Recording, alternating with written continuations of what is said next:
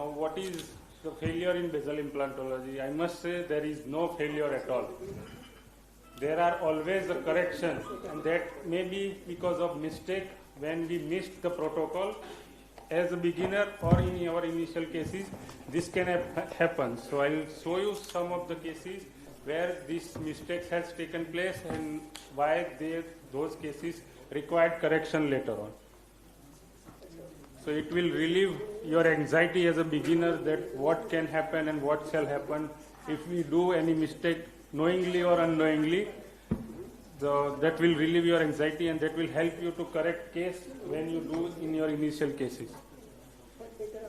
Now that can be implant mobility or breeze mobility, or patient may not be able to perform. These are all considered as the cases requiring corrections.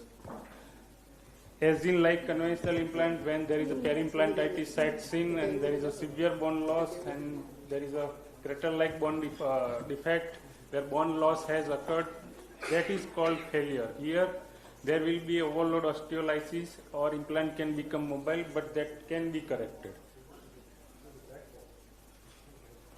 Now mobility of breeze and implant. Patient may have pain while chewing, or sometimes aesthetic failure will be also there in your initial cases when our skill and brain motor coordination is not there. Now there are doctor related factors.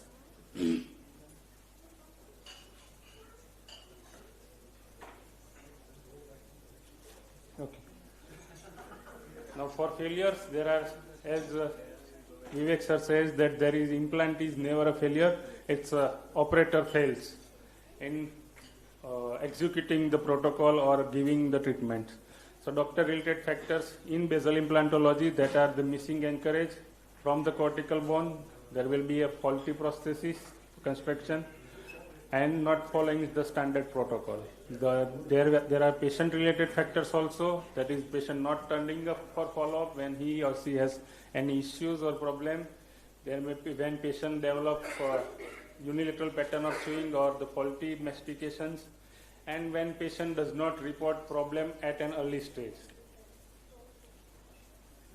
Now early attention and intervention in failing cases is must. That can prevent the further major consequences.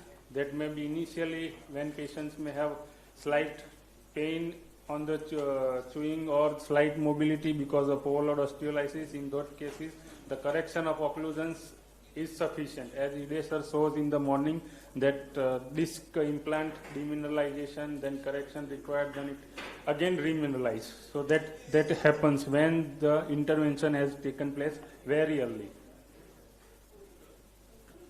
If the implants are mobile, there are always possibility, and we have opportunity in basal implantology that we can replace the implant either the same site using wider diameter or the correct length, or using the another site.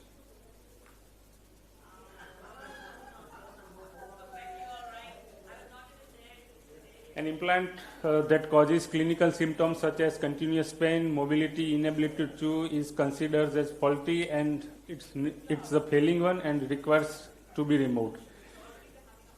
What is happening?